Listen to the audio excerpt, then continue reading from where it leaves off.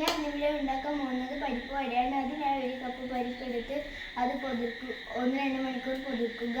എന്നിട്ട് അത് ഉണങ്ങിയതിന് ശേഷം 2 ഭാഗമായി മാറ്റി വെക്കുക. എന്നിട്ട് ഒരു ഭാഗം മിക്സിയിലിട്ട് അരക്കുക.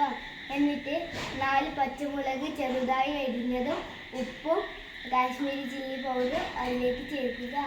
എന്നിട്ട് അത് വടയുടെ ആകൃതിയിൽ അതെല്ലാം കൂടി കൂട്ടി കുഴച്ച് വടയുടെ ആകൃതിയിലാക്കി എണ്ണയിലിട്ട് പൊരിക്കുക.